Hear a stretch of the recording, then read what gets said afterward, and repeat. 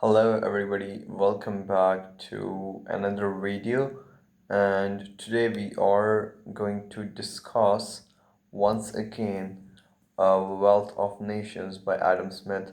We have made it to the chapter 4 of book 1, and the name of this chapter is Of the Origin and Use of Money. So, in previous videos, what we have discussed is first of all, the division of labor, how dividing work over the labor actually makes them fast, how repetition makes them fast and specialized, and they do it repetitively, the productivity increases and all that. Then we discussed how you should specialize in one specific labor. So if you are supposed to make a software, you make a software only. You don't make the whole phone. So phone is made from here and there, chips are made there, the body is made there, panel is made there. This company will set this up and fix it all together. Software is something you are making. So that's how we discussed on how to specialize. Then we in this chapter 3, we discussed that how just specialization is not enough. The demand of that specialization is necessary. So I can't be a software engineer who is without an internet, just a laptop, and I say that, I live in a village and I can make you softwares, or I can make you Tesla cars in a village in somewhere in Nigeria or Syria where it's extreme poverty. They don't need it. Nah, but if I go to the US or let's say California, yes, now I can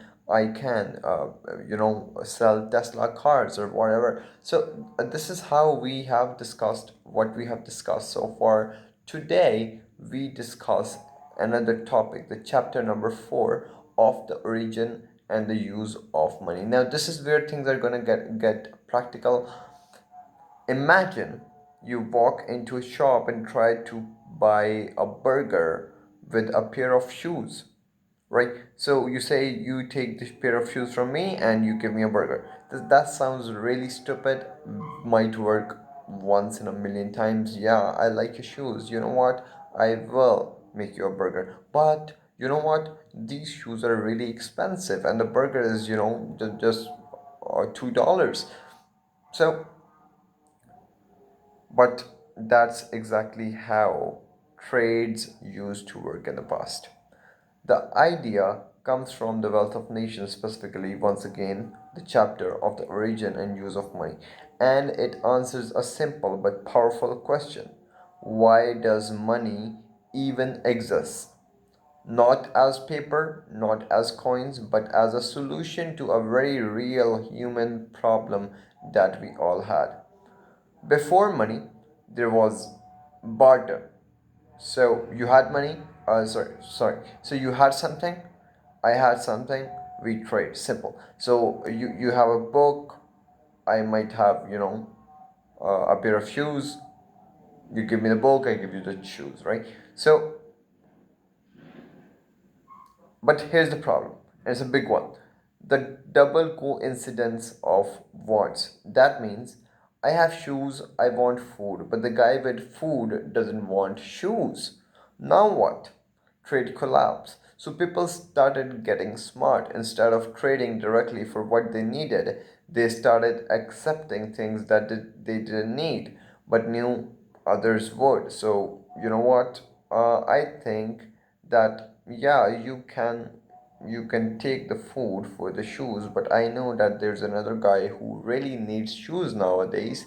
So what I'll do is I'll go to him and I need something that he has and I will trade it over there. And this is another mindset that people had at that time. So they started accepting things they didn't need, things like salt, cattle, metal, shells. Why? Because everyone agreed these had values. That's the moment money was born. Not by the governments, not by the banks, but by the people solving a problem. I need something everyone will accept.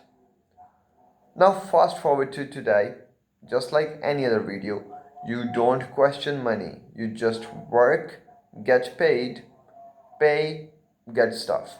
So you work, you get the money, you give the money, you get the stuff. That's how things are going so far for everybody around me, right? So let's look deeper. Money is still doing the exact same job. It's the middleman of trust. And today, that middleman has evolved. We have gone from gold, paper, digital, and crypto, and blockchain, and whatever.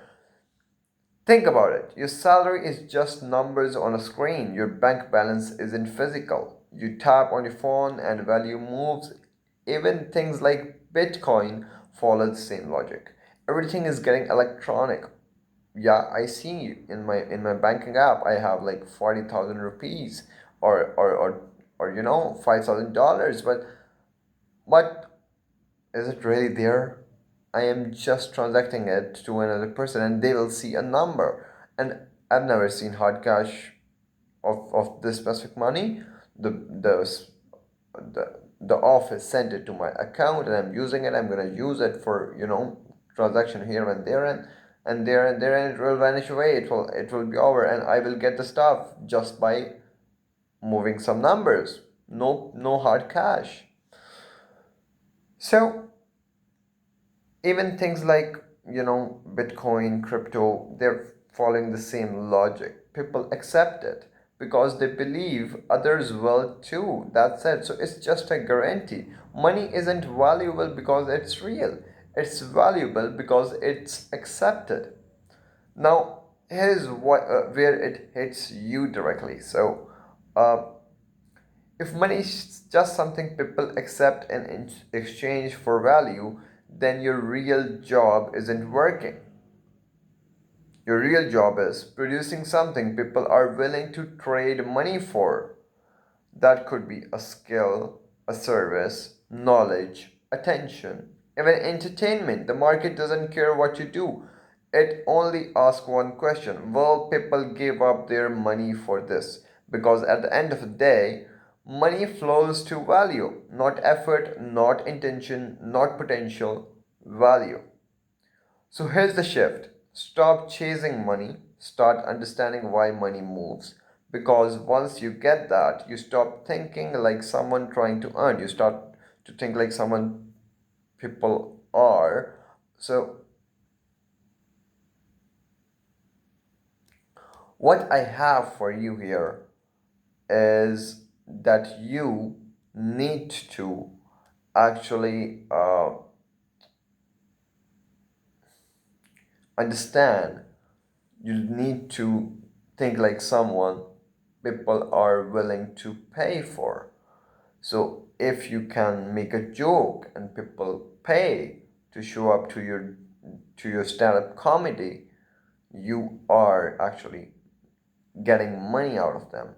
You're getting something out of them that you can use to buy more stuff. So you're still in that trading market that was there like thousands of years ago. Thank you so much for watching my video. I do believe that did add a lot of value. Good day.